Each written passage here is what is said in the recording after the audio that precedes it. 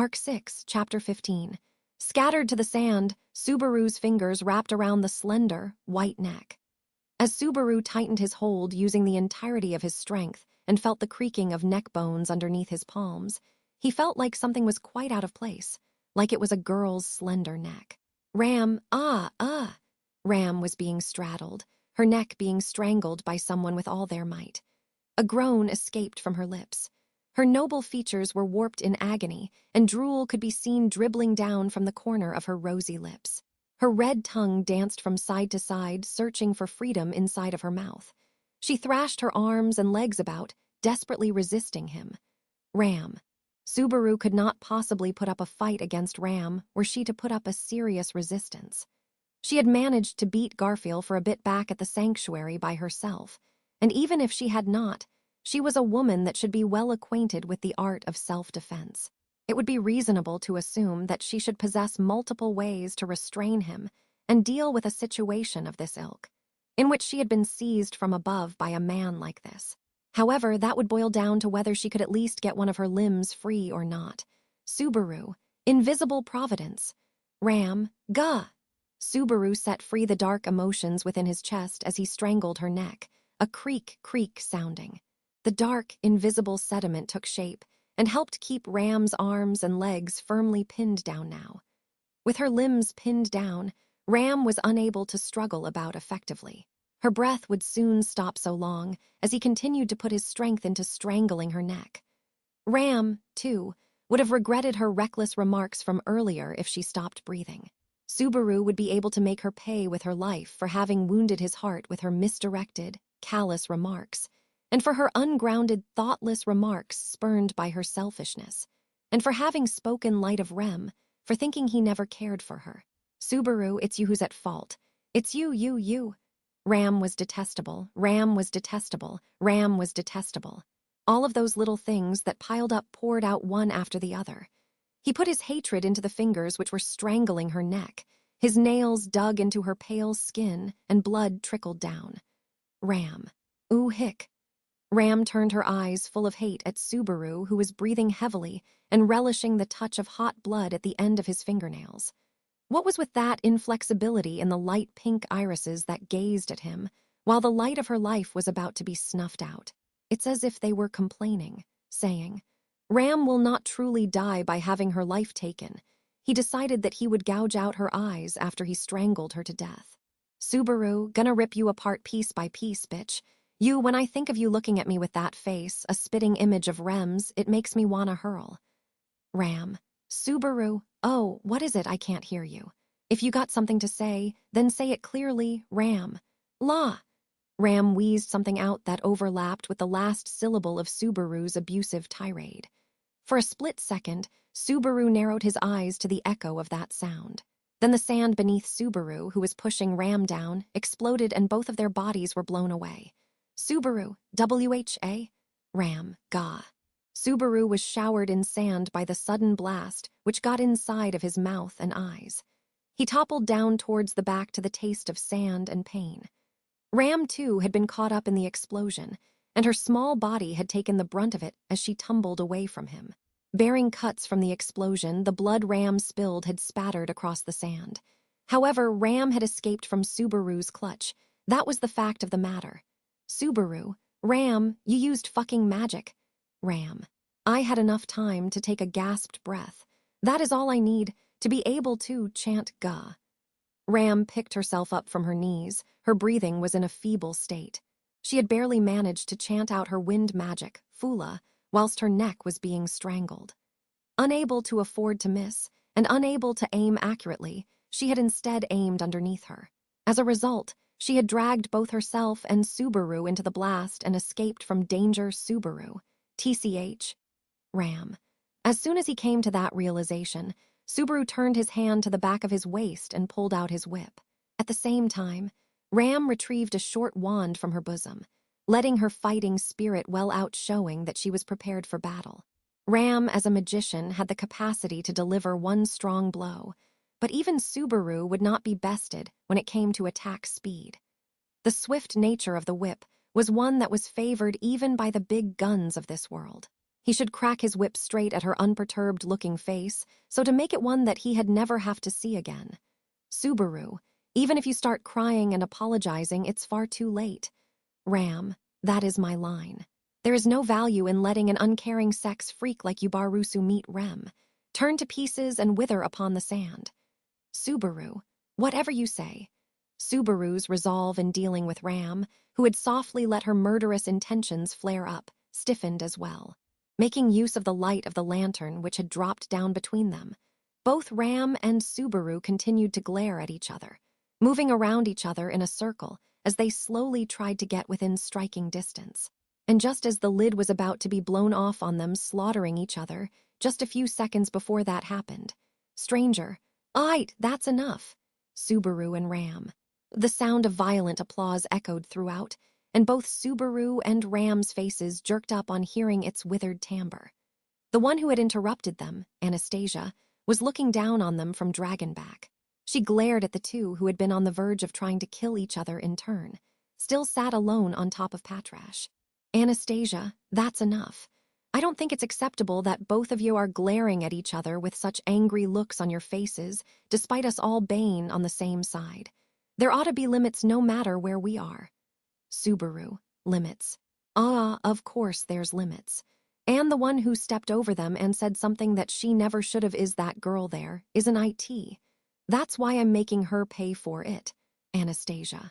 Ugh, since I ain't getting through to ya, what about ya, Ramson? Anastasia looked on in shock at Subaru as he jabbed his finger at Ram and spoke with spittle flying out of his mouth. She had turned her flow of talk towards Ram, but the response she received from the pink-haired girl was not all that different from Subaru's. Ram still warily kept the tip of her wand pointed at Subaru, keeping herself on guard for battle. Ram, what a foolish question. It is Barusu's attitude which is intolerable. I am rather at the limits of my patience. If all he cares about is himself, then why do we not go and drop him in the pitch-black darkness alone just like he wants? Subaru, I have no words for this bullshit, fuck off. Anastasia, no good from her too, huh? Geez, why? It seems like I've got too much on my shoulders, seeing Ram's attitude, whose anger remained unrelenting. Subaru's anger also showed no signs of disappearing. Anastasia shrugged her shoulders with a gesture that indicated she had given up on the two of them, who continued to exchange sharp looks of murderous intent. Looking at her from the corner of his eye, Subaru began to feel irritated at Anastasia as well. In the first place, why was Anastasia alone making a face that looked just like she was an outsider? He wondered who the hell had it been that was behind everything that had happened. He wondered who the hell was it that had first told him to travel to the Augria sand dunes and aim for the Sage's watchtower. Who the hell did they think they were, leaving everything to others, despite unmistakably having the strongest incentive for setting out to the watchtower? And on top of that, they were sitting alone even now, looking down from the top of his Patrash. Subaru, hey, YOU, what the fuck are you preaching to me from up above? Get down. Anastasia, it's come to that. Subaru, get on the same level as me before you run your mouth with your arrogance. I'll hear what you have to say after that. I'm not gonna let you run your mouth at me unless you can do that. He swung his whip down, scattering sand up with a whoosh. His whip caused skin to split open if it hit its target. Even by looking at it, his whip was a weapon designed to inflict cruel wounds. It probably would not matter if he hurt her host body, that of Anastasia, regardless of whether Aridna was inside of it. As a matter of fact, Anastasia complied with Subaru's orders and slowly climbed down from Patrash's back. Right after she landed gingerly onto the sand, she cocked her head and asked, "Now what?" Anastasia, "There I got down too, but Natsuki-kun, what is it that you wanna do?" Subaru, "That should be obvious. I'll let that idiot take back what she said before, and if she doesn't want to, then there'll be just one thing left to do." If Ram changed her attitude and apologized from the depths of her heart, taking back everything she had said up until now, then Subaru would consider taking into account the extenuating circumstances. However, Ram's reaction, who had heard what he had stated, was something that was easy enough to understand. Anastasia, "Well, that's what Natsuki-kun's sayin', but what do you think of it, Ramson?" Ram, "That is out of the question. You are leaping to conclusions, for I have nothing that should be taken back. I am having a hard time understanding what in tarnation should be said differently. Ram snorted, declaring that with an attitude that looked like she was making a fool out of them from the depths of her heart. That was her answer. Thus, with that, she had forever lost her chance to be forgiven. Subaru, you heard her. Back off. I'm gonna make it so that there's only one face which is the same as Rem's in this world. Ram. Subaru, hey, you got nothing to say. Ram, I am talking to myself here, but idiocy is a contagious thing when speaking with idiots. That is why nothing shall be said. A vein bulged across his forehead. Subaru's remaining patience got closer and closer to its limit. In that state, Subaru gathered his strength and tried to get to where Ram was, straight ahead of him, so he could tear her limb from limb. Anastasia rushed out, spreading out her hands in front of Subaru. Anastasia. Whoa, whoa, whoa. Hey, calm down, you're jumping to conclusions again. Subaru, get out of my way, do you want me to pummel the life out of you first? Anastasia, leave it to me. Aight. Hey, Ramson, just a sec. Holding Subaru back, who was trying to step forward, Anastasia turned towards Ram. The taciturn Ram glared at Subaru, before reluctantly moving her gaze slightly towards Anastasia. However, it did not seem likely that she would change her opinion. In fact, the look in her eyes betrayed that she had no intention to do so. It seemed like she had stepped towards Anastasia just out of obligation. Anastasia. Look, Ramson. I get that cause the air bad and such. Various feelings end up gettin' frayed, but Ram, such talk does not matter right now, do you not think so? More than that, go say it to that idio, Anastasia. Aight. It doesn't matter, geez. Giving off a fidgety impression, Ram attempted to finalize her conversation with Anastasia as well.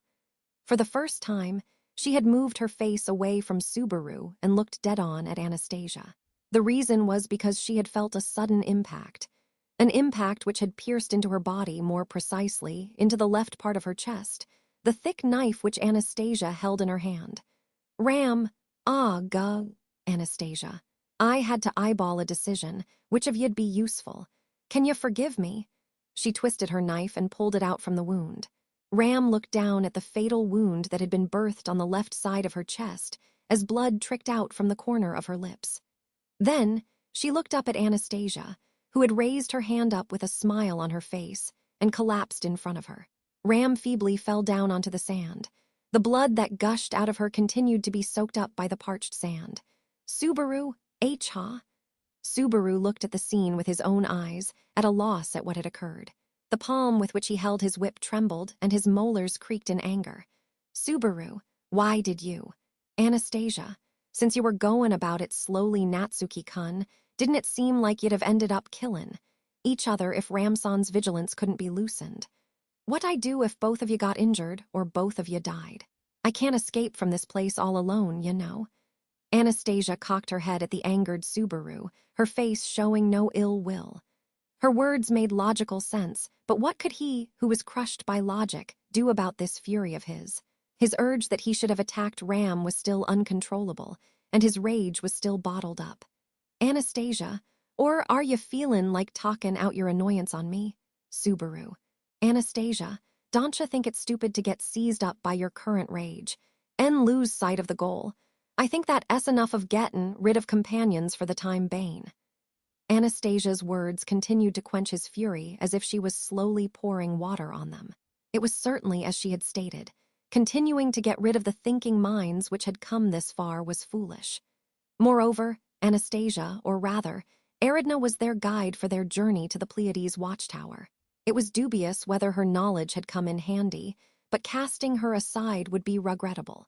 She was different from Ram. The latter's words only made him sick to the stomach and had no use to him. Anastasia was a piece that would be bothersome to lose. Yes, that was how it was. Subaru, all right, I'll get on board with your persuasion for now. Anastasia, that's all right for me. No, thank goodness. What a relief. Making a show of patting her chest in relief, Anastasia smiled from ear to ear. And then she stepped through the sand, giving off a perilous impression, and came towards Subaru, proffering her hand out. Perhaps she wanted them to shake hands. Anastasia, a reconciliation. A handshake to show that from here on out, We'll be treatin' each other well, won't we? Subaru. Subaru faltered for a moment in thought as he looked at the hand she had offered out to him. Her face showed no traces of maliciousness. Anastasia's true feelings, or rather, right now those were Aridna's true feelings. He did not truly know what she was scheming.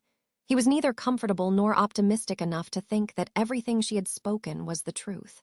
To start with, Anastasia had killed Ram with the knife that she had kept concealed, whilst she expressed the same smile as she was showing now. Indeed, with a knife that she had kept concealed. The thick knife she was holding looked like it could cut all the way to the bone, depending how it was handled. Since it had been put in their survival kit along with their lanterns, the kind of utility of an item that was presumed to be for survival was pretty high. However, she had kept it concealed all this time, and had used it in self-defense at a time of need. No, it may not have been self-defense. Anastasia, Natsuki-kun, Subaru, Anastasia, y'ain't talkin' my hand. The hand she had offered out, her right one, was empty. However, her left hand was still holding the knife even now. The range at which he would be able to shake her hand was also the range at which the knife would be able to reach him. At least one of his hands would be occupied if he took her hand. He didn't even need to consider which out of his whip and her knife would be more effective at this distance. Taking her hand, wasn't that in itself a trap? Shouldn't he kill her before he was killed? Anastasia, Natsuki-kun, Subaru, don't worry, it's nothing. Subaru gave a weak smile and reached out for Anastasia's right hand. The moment in which she lowered her guard completely would be his chance, after they took each other's hand.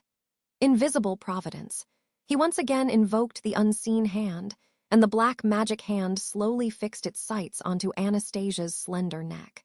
He would not make the same mistake as he had with Ram. Next, he would make the black palm mercilessly crush her throat. He would teach a lesson to the woman who had kept belittling him ever since she had managed to secure the upper hand with her knife one. Although, even if he wanted to show her, this palm would not be visible. Subaru. Then, Subaru slowly took her outstretched hand with his own, whilst he put the fingers of his black magic hand around Anastasia's neck. The touch of slender fingers, Anastasia's smiles grew deeper. And at the same time, Subaru's lips broke into a sad smile too. Anastasia, well then, right here. Thus, he believed. He would use the strength of his demonic hand before Anastasia could finish speaking and raise her knife. He would grasp her slender neck with his black fingers and crush her neck bones in an instant. Just before that happened, however, a blade of wind came streaming in and cleaved Anastasia's body in twain from behind. He felt like he had hallucinated that a wind had blown. Straight after that, a spray of red gushed out right in front of his eyes. A daft voice let out an A, and Anastasia's body was bisected across the middle. A large volume of blood was strewn out onto the white sand. Steaming shit and warm guts mingled in with the cold air, leaving behind a putrid smell to hang over the inside of the cave. Pink small and large intestines, along with many other internal organs that still showed faint traces of activity, rolled onto the sand. The sand itself had turned into a showcase of organs, in which the items on display were the raw ingredients that made up a young girl. Subaru, ah! Witnessing the spectacle in front of him, Subaru cast his gaze down to his own hand. What he saw there was Anastasia's upper body swinging about. She was still firmly grasping Subaru's right hand with hers. She opened her eyes and speechlessly looked up at Subaru. Behind her, the lower part of her body, which had been cut at the waist, was flopping about. Her legs were convulsing like a marionette, and urine was pouring out everywhere as her muscles had relaxed. Subaru, ah! Subaru let out a scream at Anastasia's horrific condition. He immediately attempted to shake her arm away. However, she was holding on with inordinate strength. Unable to shake her off, Subaru just swung the now half-in-weight Anastasia about. More blood spewed out of her as she was swung about, and the intestine that still connected the upper half of her body with her lower jolted about, scattering body fluids everywhere and emitting a foul odor. Subaru, let go. Anastasia, Nuo, I don't want to die. Too, Subaru, you're already dead. You grasp that you're beyond saving. Her vivid laments were far clearer than imagined, leading Subaru to scream in return. The upper and lower half of her body had now separated,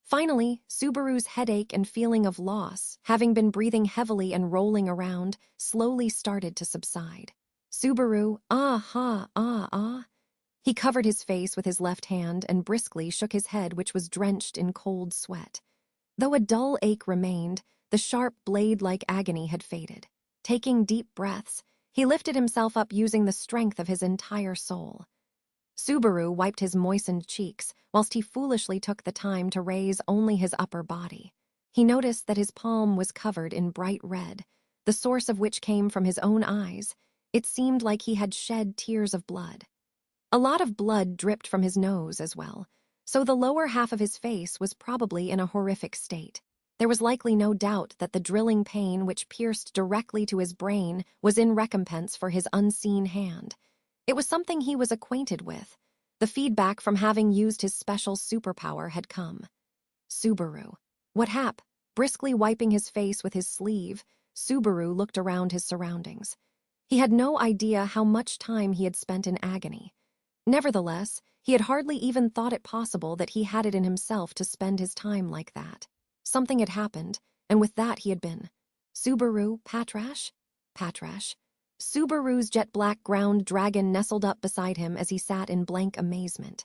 Crouched down on the sand, she had heard Subaru's call and shook her long tail, indicating that she was in good health. Subaru, so you were uninjured. Let me think. Just now, he recalled what had happened before. He recalled the scene in which Anastasia had been cut in two by Ram, and the latter aiming down at him. Subaru should have been ripped to shreds by Ram's doing. Subaru, and yet why did Ram? Perhaps she had used up all her strength and collapsed. Though it was a really convenient development, Ram had been bearing fatal wounds. It would not be far-fetched to think that she had collapsed. Subaru, is that lucky or unlucky? He did not want to say that he was lucky since she had been no less than almost dead. However, if he thought about it, he still could not say he was unlucky since he would have been dead had things gone south. In any case, now was not the time to go on about these things. Given that everyone who had gotten in his way was gone, he had to get out of this place as soon as he could and make his way to the watchtower. Subaru. Patrash, sorry, let me hop on. Patrash. Subaru, Patrash. Subaru called out to her and touched her back, but the ground dragon did not obey his instructions. On the contrary, Patrash, who had crouched down, still did not make any move to show her face to him. She was sitting next to him on the sand, looking rather at peace, merely breathing heavily over and over. Subaru. Hey, Patrash. Are you listening? Hey. His irritation slowly started to increase. It was a spiral of negative emotions which built up at supersonic speed, similar to those which he had felt against Ram and Anastasia. He felt like he wanted to teach the unresponsive ground dragon her place.